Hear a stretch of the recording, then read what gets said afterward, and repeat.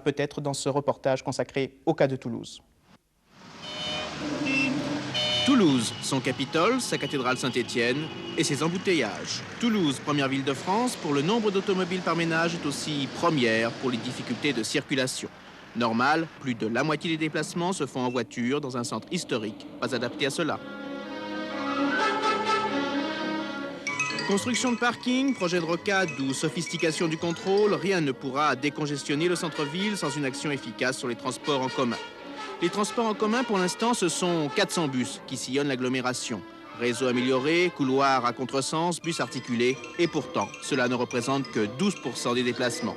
Les Toulousains n'ont pas le ticket chic pour des bus pris, eux aussi, dans les embouteillages. Depuis 10 ans, les études sur les transports à Toulouse s'accumulent. Avec un paroxysme au municipal de 83, la droite défend le métro, la gauche propose le tramway.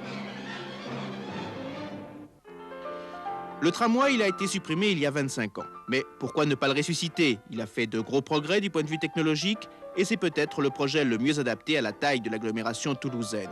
C'est en tout cas le moins coûteux, 1 milliard environ. Oui, mais voilà, réintroduire le tramway en surface, c'est difficilement compatible avec la circulation automobile du centre-ville. On ne peut pas avoir et le tramway et les véhicules particuliers. Et nous sommes très conscients que s'il y en a un tramway à Toulouse et une zone piétonnière, il faut faire une révolution du plan de circulation, mais c'est possible puisque cela s'est fait dans d'autres villes. Possible, mais rejeté par les Toulousains qui ont, par leur vote, plébiscité le projet de métro. Même les élus socialistes reconnaissent désormais la nécessité d'un transport souterrain, au moins au centre-ville.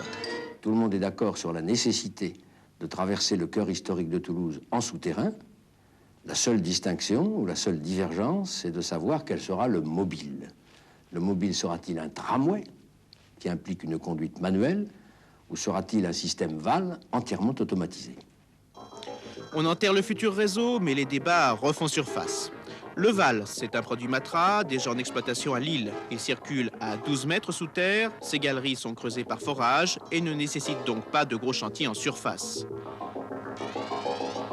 Mais le VAL coûte cher, même si Matra, qui a besoin d'une seconde vitrine, consent des rabais. Le VAL à Toulouse, c'est entre 1,7 milliard et 1,9 milliard, auquel il faut ajouter des frais de fonctionnement difficiles à estimer. Autre solution, le tramway souterrain. Moins coûteux, 1,5 milliard environ. Mais construit en tranchée couverte, ce serait un chantier plus gênant. Le matériel utilisé serait identique à celui mis en service à Nantes et produit par la société Alstom. Matra ou Alstom, quel que soit le choix effectué par le syndicat des transports de l'agglomération toulousaine, le tracé du futur métro est pratiquement arrêté. 3 lignes sont prévues, au total un réseau de 25 km, dont 10 en souterrain. La première ligne sera donc tout naturellement une ligne qui prend les quartiers les plus peuplés de l'ouest et qui rabat aussi toute la périphérie du secteur ouest de l'agglomération vers le centre et la gare Matabiau. Elle intéresse en 25% environ un quart de la population de l'agglomération à proximité du tracé, mais par les rabattements, c'est à près de la moitié de l'agglomération qu'elle bénéficiera.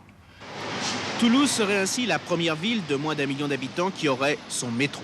Reste à financer l'opération. Le gouvernement fournira 500 millions. Le versement transport des entreprises contribuera également à la dépense. Mais certains commencent à s'inquiéter des répercussions financières et font des propositions, disons, moins démesurées. Un mini-train, un truc sympathique à la Walt Disney, vous savez, qui partirait de Saint-Michel jusqu'à la Jeanne d'Arc, où les gens seraient heureux de prendre un moyen de locomotion, qui serait, dirions-nous, à une échelle beaucoup plus sympathique et beaucoup plus dans la spécificité de Toulouse. Quant aux futurs usagers, ils attendent de le voir pour y croire à ce fameux métro toulousain. Je sais qu'il y a des projets en cours, je ne pourrais pas vous dire s'ils aboutiront. Ça fait partie du domaine des probabilités. Je ne sais même pas si je le verrai. Les Toulousains ont l'air encore un peu sceptiques pour ce métro.